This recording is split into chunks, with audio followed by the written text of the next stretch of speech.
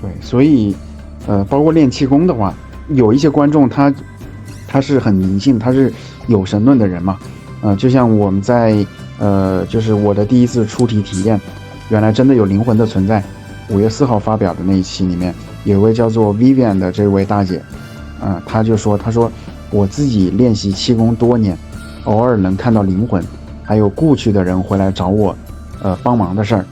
前几天我让11岁的儿子跟我一起练气功，结果他20秒就能感受到能量像电流一样在身体里巡绕。20分钟以后，他说自己可以控制这股能量。第二天，我们跟着油管一个瑞士人的频道，一起练习可视人体光环，你也是半分钟就能够看到光环，还指出我身体3个部位的灰色地方，那正是我慢性病的地方。我让他去看爸爸的光环，结果同样指出了爸爸身体有恙的地方。这些也是我根据中医知识一直猜测他大概生病的地方。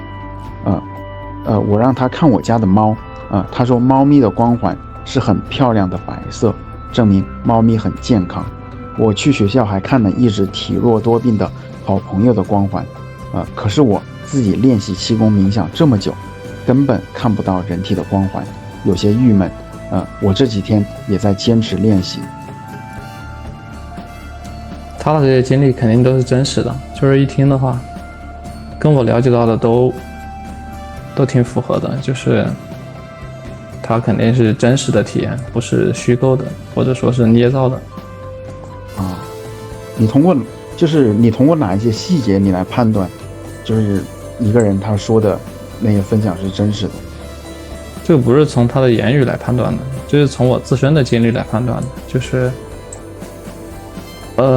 我自己也就是有研究过这些东西，然后我自己也体会到了一些，然后我觉得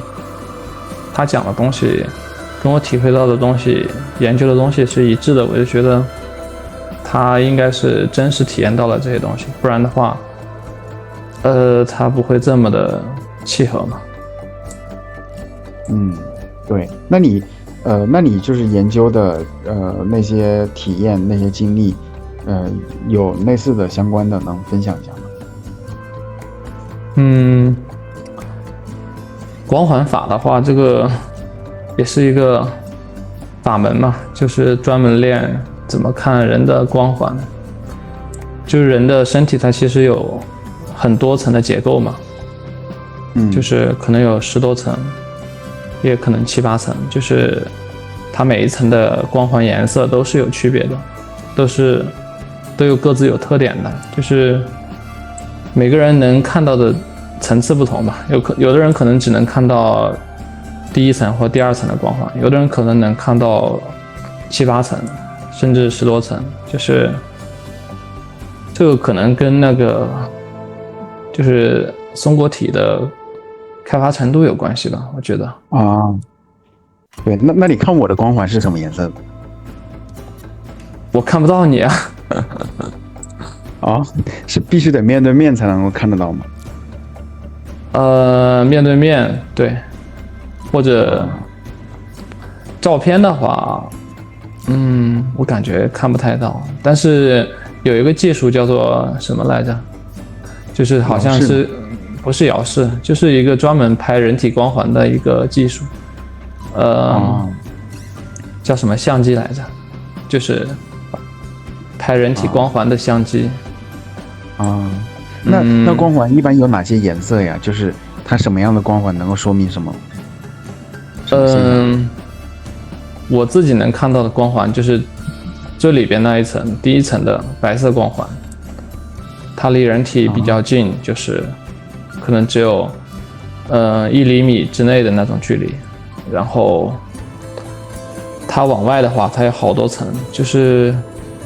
有蓝色的，有彩色的，也有那种就是像蛋一样的那种圆球形状的，也有那种放射性的，就是有好多层次的光环，就是这是一个比较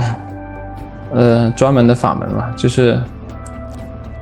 就是很多人，如果你不专门修这个，或者你的松果体的开发程度不够，你是看不到这些的。就是像那些古代那些中医的话，他们可能就有这方面的能力，他们可以通过直接看人体的光环啊，或者他们可能可以直接看到经脉的流动。哇，对，哎，对你一说那个经脉的流动啊，我那几天又出体了，前天晚上，哇，那不是百分百出体，就是睡觉的时候，反正那天很累嘛，然后后来就突然就感觉，哎，怎么我这个天灵盖这儿有种电流感，酥酥麻麻，很爽，然后突然一下子听到我房间那个塑料袋响了一下。当然这个我后面要说，是它其实就是因为我那个就是挂在门后面有一个那个贴的那个挂毛巾的一个钩子嘛，然后那个钩子的粘胶松了，掉下来了。但是我睡觉的时候我没有意识到，我想我天哪，是不是有鬼啊？后来我就想，哇，我是不是要出体的？我要马上出体的。然后后来我听到我隔壁室友他的房间里面有什么东西，我就在想，我要穿越过去看一下，但是又没有穿越过去。好，然后这个时候我突然又看到了另外一个景象，就是我在一个黑色的山谷里面，我不知道为什么我做梦这段时间都是那种夜晚的状态，然后夜晚的话你大部分的环境都是黑白的嘛。好，然后就是在一个夜晚的一个山谷里面，然后呢，我在相当于一个半山腰上头，我可以往下看到下面山谷上下面有一些小镇，然后那些小镇上面的那些霓虹灯啊，就是色彩斑斓的，然后很有那种未来感，很有那种就是那种赛博朋克的那种未来感，但是光晕特别的柔和。对，然后后面我再想起来，我下次再说。我那一天我是出体到了3.5维嘛。你是说上次你讲的那个吗？我说这一次就是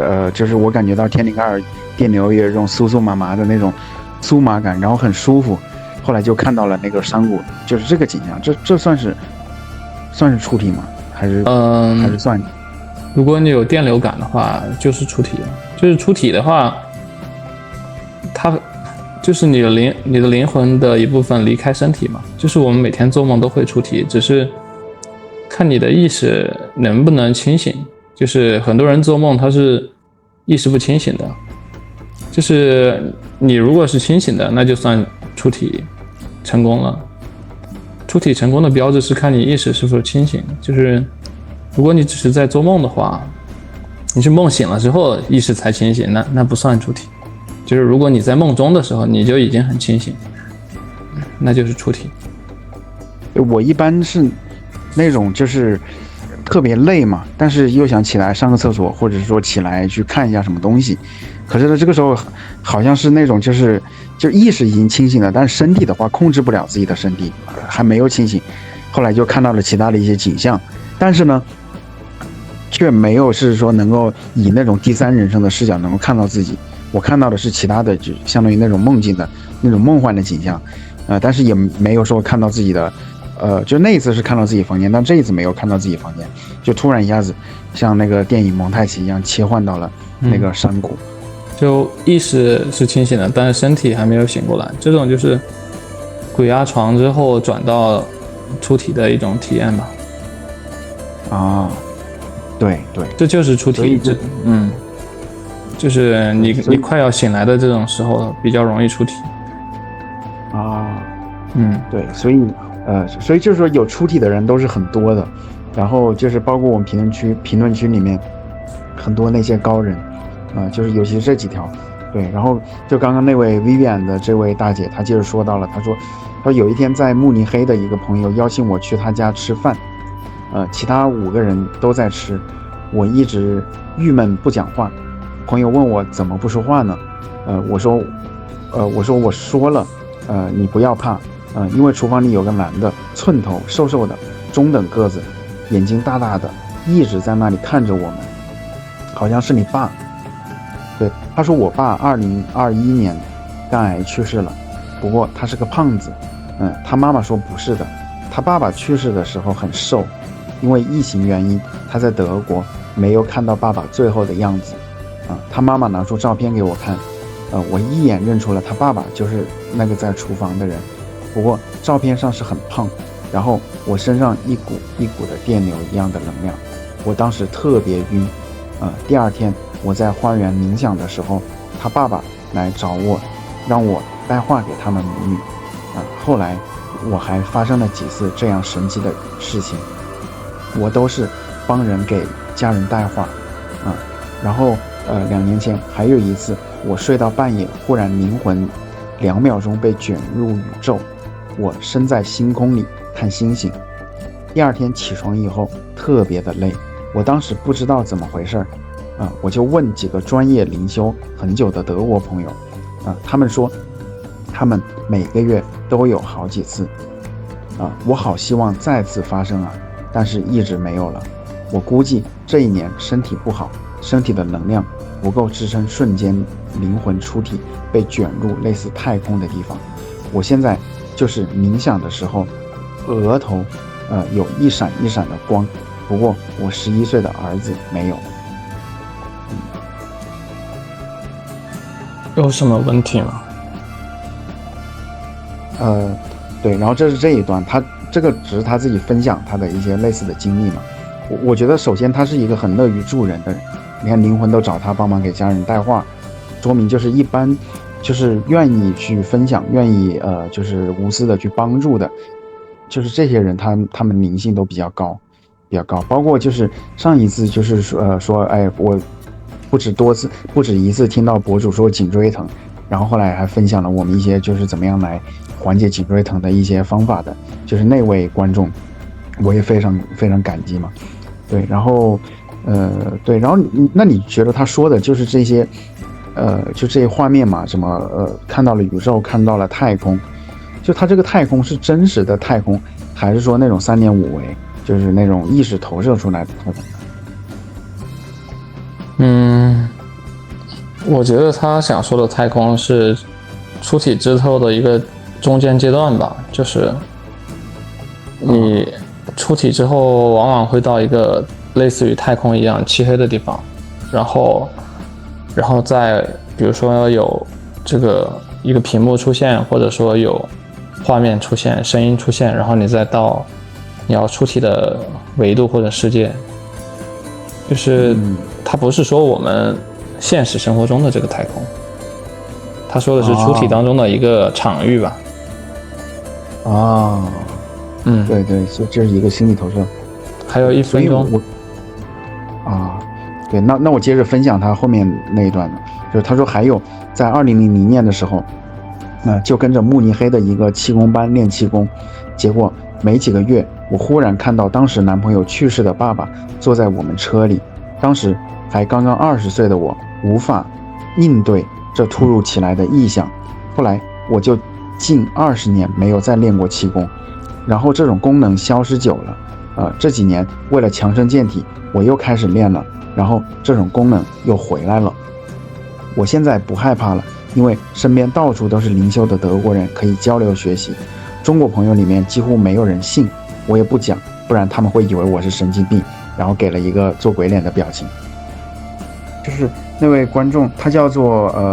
Leo， 就是 LEO CLLEO， 他说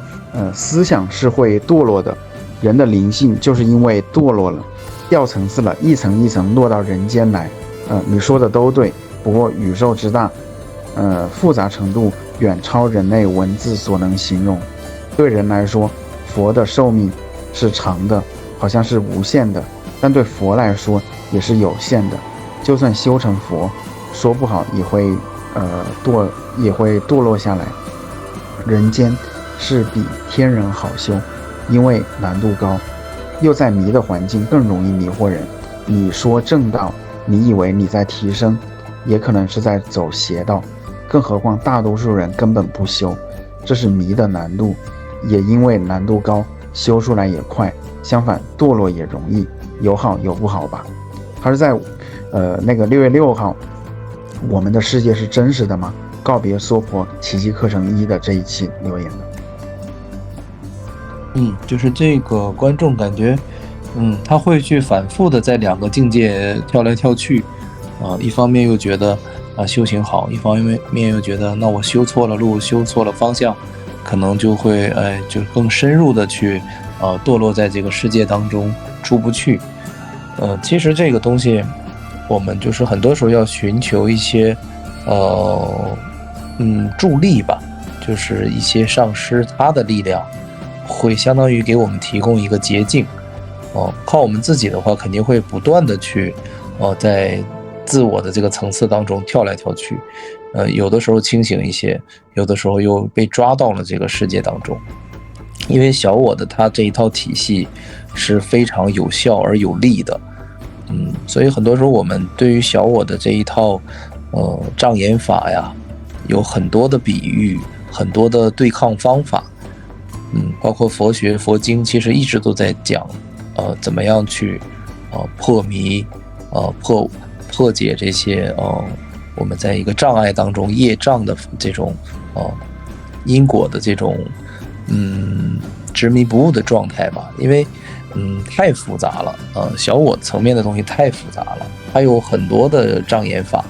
比如说我举个例子，就上次提到了小我最厉害的一种方式，就是小我最厉害的一个方式，其实就是用他的这个像魔术师一样的方法。上次说那魔术师通用的伎俩是怎么样去变魔术啊？就是去转移注意力。所以我们从出生到肉体的结束，我们被这个剧本被安排了无数的事情去让我们忙碌，从生下来开始1秒钟都不停，让我们去围着这个身体不停的去打转。那其实这本身就是一个烟雾弹，这是一个障眼法，就是让我们把所有的精力都放在跟身体有关的这些事物上，那我们就无暇去顾及我们心灵的这种本质性的真相性的一种存在。也就是说，小我利用身体让我们完全的误认为我们就是一具身体，而忽略了心灵的存在和重要性。那你这一生接着下一生永远如此。所以说如果说没有上师的或者说前行者的这种力量，我们光靠自己的话是很难不退转的，可能修着修着就掉下去了，修着修着就掉下去了。但是如果能抓住上师的这颗救命稻草的话，我们死死的抓住，永远不放弃的话，那肯定是能一直往上去提升的。也就是说，佛法这个东西它真的就像是那种他自己说的武则天说的百千万劫难遭遇吧。可能整个宇宙当中这个东西都是很珍贵很珍惜的，既然我们这一生遇到了，就应该好好的把握住，把它看成是超越于世间的其他的事物的重要性。那首先我们从态度上去把它放到一个最高的地位，那它对我们的影响也会是最大的去放大。如果说我们只是就认为佛学只是人类文化中的一环而已，一个可能说很重要，但是并没有不比其他的理论更重要，那我觉得这个就丧失了它这颗救命稻草的这个应有的力量了。因为按照佛学理论的话，我们真的是在一个着了火的房子当中的众生，实际是非常可怜，也是非常急切的需要被拯救的这样一个一些很就是完全迷失了自我，不知道自己是谁的一些众生，然后天天围绕着身体去打转，实际上到头来是一场空的。因为身体能带给我们的只是一个短暂和虚妄的体验就像稻盛和夫说的那样，他认为人最终极的生命的意义是灵魂的提升，而不是身体能够去比较的。因为身体你再去修它，你再去完善它，它最终都是要灭亡的。这个终极的真相就是身体一定会变成一场空，身体连带着宇宙层次的物质世界也是一场空。所以说你去修它，是最终是什么都得不到的，这个就是最高的智慧。对，所以就是像我们物质世界的这些东西只是一场梦嘛，灵魂才是灵魂与爱是更加真实。是的。所以在同一期视频里面呢，有一位叫做安大业的观众当然他也经常给我们留言他说可惜不究竟，所以我后来我就问他，我说，请问哪几点不究竟？我们可以沟通讨论嘛？对，然后他就说嘛，他说，开悟觉醒是从梦中醒来，一切相都在梦里，都是虚幻，神、宇宙、轮回、业力，最终也诸法无我。大脑的思辨不能开悟，只有空性相应方可到达。心死，道生。然后他也说了，他说提起觉知，分离出小我这个躯壳的保姆，觉知是用第三视角看着小我的起心动念，放下小我的一切认知、定义和概念。他前面讲的是真相，后面讲的是一个法门。就是宇宙和世界是一场梦，是虚幻的，这个是终极真相。然后他后面用的这种观察法呀，是一个修行的方法。也就是说，大家其实关心究竟的成佛之道，是什么样的？其实很简单，就是首先一切是建立在一切宇宙的物质实相都是梦境，都是虚幻的这一个前提之下，然后你再去修真宽恕啊，或者修禅定啊、无念啊、无我呀，这些就都是具体的一些方法了，善巧的方法。但是所有的前提都是在宇宙是梦境，是不存在的，是虚假的这样的一个前提之下。如果说没有这个前提，就是像这位网友说的那样，那你实际上还是在这个大梦当中去修梦中的东西，你是出不去的。所以说奇迹课程告别娑婆的上师他强调，昨天我还在听，还在强调，我就每一次都在加深我自己的概念。他在说一切的前提一定要记住，就是这个世界首先是一场梦，这个是前提。如果没有这个前提，你修其他的你都是修不出去的。对，所以就是，然后Neil， 你有没有什么比较想聊的，你感觉比较特别的一些评论？评论有很多，现在我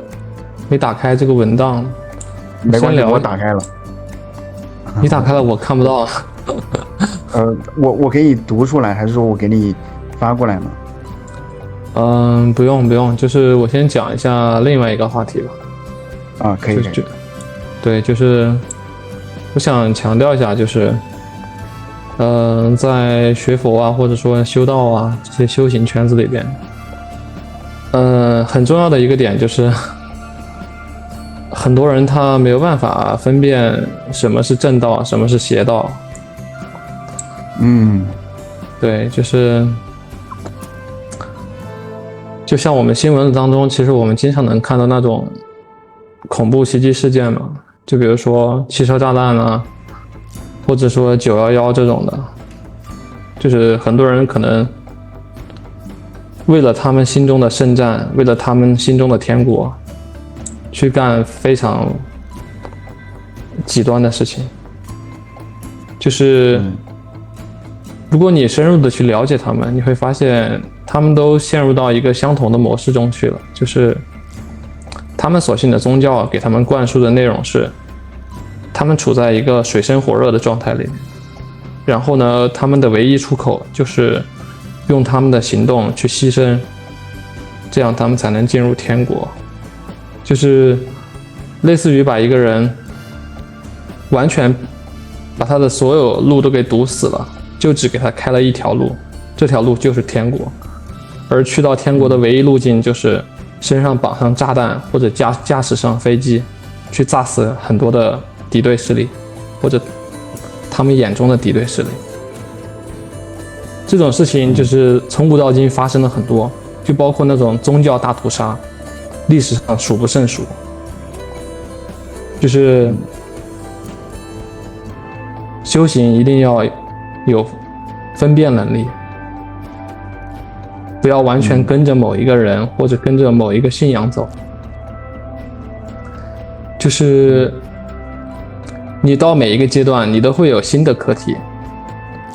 新的课题它有更高的难度，它需要你更强的辨识能力，还有更强的实践，更多的去功课需要去做，就是它不是一件轻松的事情。很多人他可能他信一个教，或者说是相信某个东西，他是为了让自己更加的轻松，这其实是一件非常可怕的事情，就是你相当于把自己的所有权利都让渡给别人，那么你最后造成的所有后果，那都是不可预知的。你懂吧？就是真正的修行，就是你是自己在修行，不管是老师还是这个团体，你只是借助他们去辅助你的修行。就是首先是以你为中心的，就是不是以某一个上师或者以某一个团体为核心的，你懂吧？就不要盲目的个人崇拜。对，不要个人崇拜，然后不要让别人给你设计了一套洗脑话术之后进入到一个死胡同里边嘛。这样的话，其实你会非常的被动，然后你做的很多事情，在外人的眼里看起来就完全像一个机器，就类似于那些恐怖分子一样，他们做的事情就是完全不在意他们自身的一切，就是他也不考虑他做事情有什么因果，到底有没有逻辑，他完全不考虑，他考虑的只是我待在这个地方好痛苦呀，我得赶紧绑上个炸弹，然后毁灭掉，把我的任务给完成了之后，这样就能去天国享受那些幸福快乐的日子了。世界不是这样的，就是一个没有辨识能力，一个没有精神力的人，他在哪儿都不可能去天国的，你懂吧？就是因为这个世界它是非常诡计多端的，就是在玄学圈也是，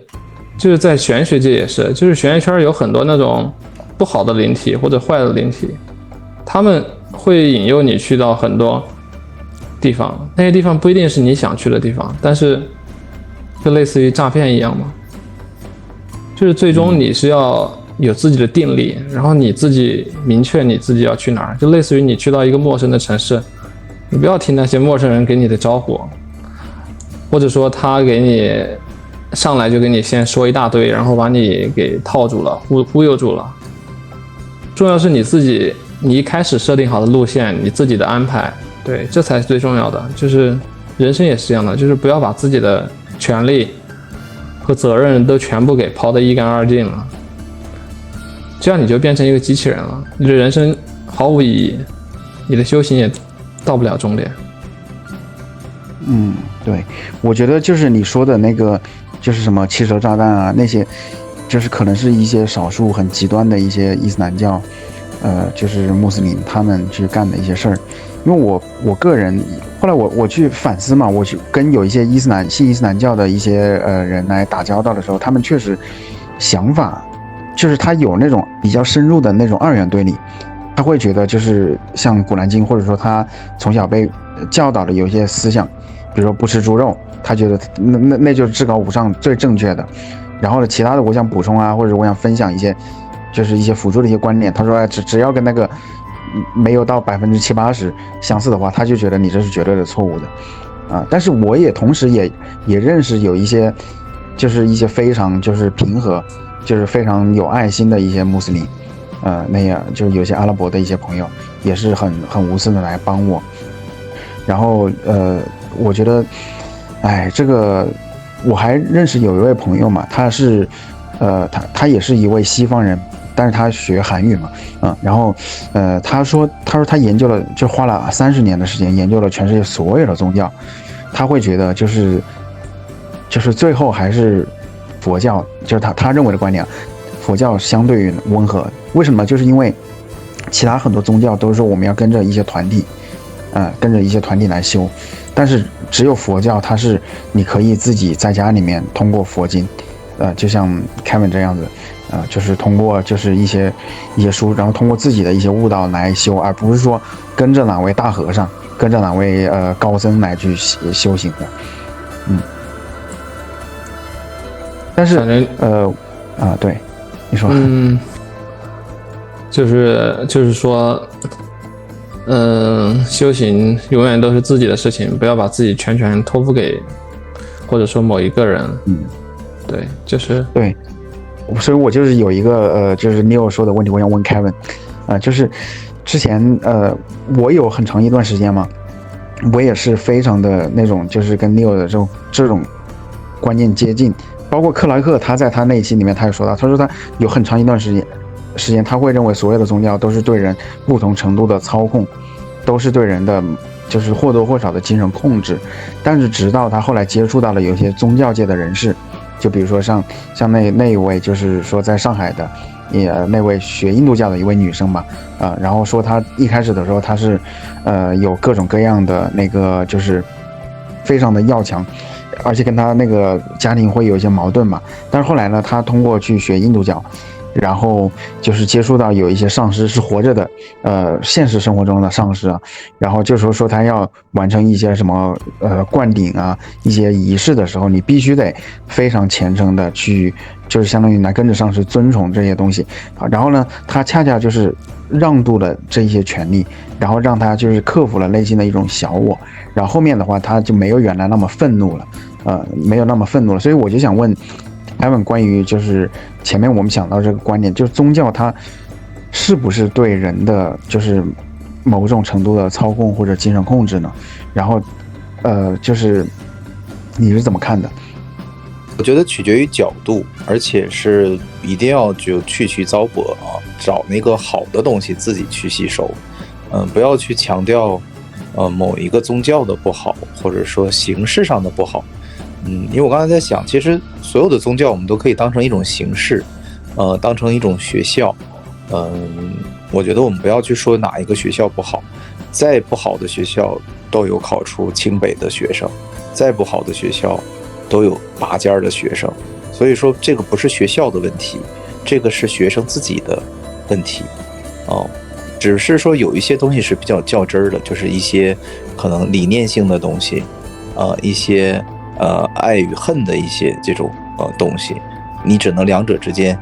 选择一个，然后进行深化。不能说就比如说吧，基督教和佛教实际上都是没有什么问题的，都是很好的学校，那其实都是最后让大家变得放下分别，放下仇恨，爱邻如己嘛，对不对？都是好的东西。那如果说自己学歪了，然后导致分裂的这种心理是很强大的，然后不停的在指责别人，其实这个就是没有达到他的这个创立的初衷吧。因为宗教其实本质上应该来说是让人类去变得更团结的，更有爱的，破除仇恨分别心的。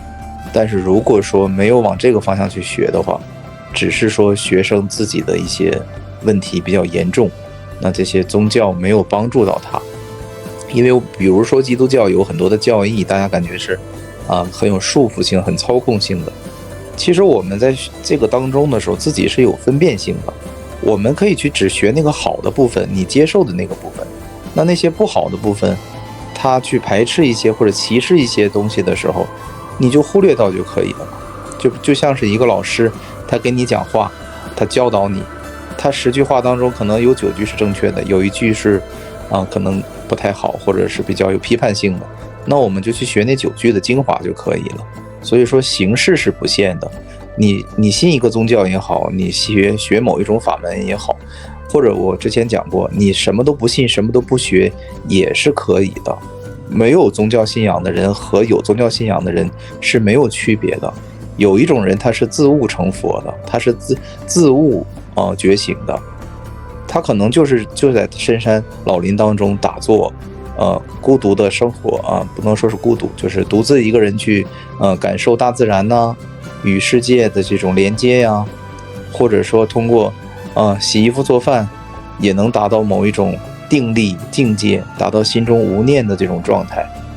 都是可以提升自我的。所以说形式不限，最终的目标是一样的，或者说你的感受是唯一的能够去衡量这一切的标准。你的感受是不是变得更好了，更平和了，更有爱了，不去对立，不去仇恨了。我觉得这个是最好的指标。还是说遵从本心吧。对，因为像之前 Neo 他说，就这个世界它是千变万化的嘛，有的时候就善恶它是互相伪装的，你在当下的那一刻，你很难分辨出来。但是呢，有一个万能的钥匙，就是像凯文说的，我们遵从本心，就是看自己的感受，就是你要首先知道哪一个是你的本心。就是大家有的时候可能觉得，那这都是我呀，那很疯狂的一面，很仇视、很对立的那一面也是我呀。那其实我自己的感受是，我觉得那个部分的我并不是真实的我。虽然说我现在是有这一面的这个层面的，但是那一面的东西并不是我真正想要的，或者我真正想去能给我带来幸福快乐的那一面吧。所以说我觉得奇迹课程的这个理论，它在我这儿它是解释得通的，因为它是让我去化解掉阻碍我去体验幸福和快乐的和平和的那些东西的因为它强调小我这东西会时不时的冒出来，会去打乱你心灵的这种幸福感、平安感、稳定感。所以说我是实实在在体验到了他说的那些东西，与我的感受是一致的。所以但是很多人可能会觉得这些东西，包括这些基督教的用词，他会觉得它是有不适性啊，或者说没有同感、没有共鸣，那就是学习其他的法门嘛，对吧？就是很多的法门都是可以的，不要去比较任何法门之间的这种差距，其实最终的目的都是一样。我就之前想到过一个比方，就是像减肥一样，你运动也好，节食也好，或者断食也好，其实都是为了减肥。所以说方法的话，本质上是没有任何区别的。对，还有几秒了。那你的分享的话，我们下期接着聊啊。好，非常感谢啊！剩下的章节呢，我们会在下周更新，请订阅支持一下吧，让我们幸福喜悦吧。因为我们如今正在经历的疯狂，实际上是一种幻象，它逼着越来越多的人觉醒。可是呢，我们也要同情那些没法觉醒的人，因为世间的种种现象啊，造成了我们个体与灵魂的分离。我们会在螺旋上升的水晶上继续我们意识的进化。我们正在获得内心的勇气，将自己交给了灵魂，迈向了完全未知的领域。我是谁？我来到这个世界上究竟要做什么？进化的新阶段已经开始，意识到无限的爱会让我们开启一场前所未有的灵魂旅程。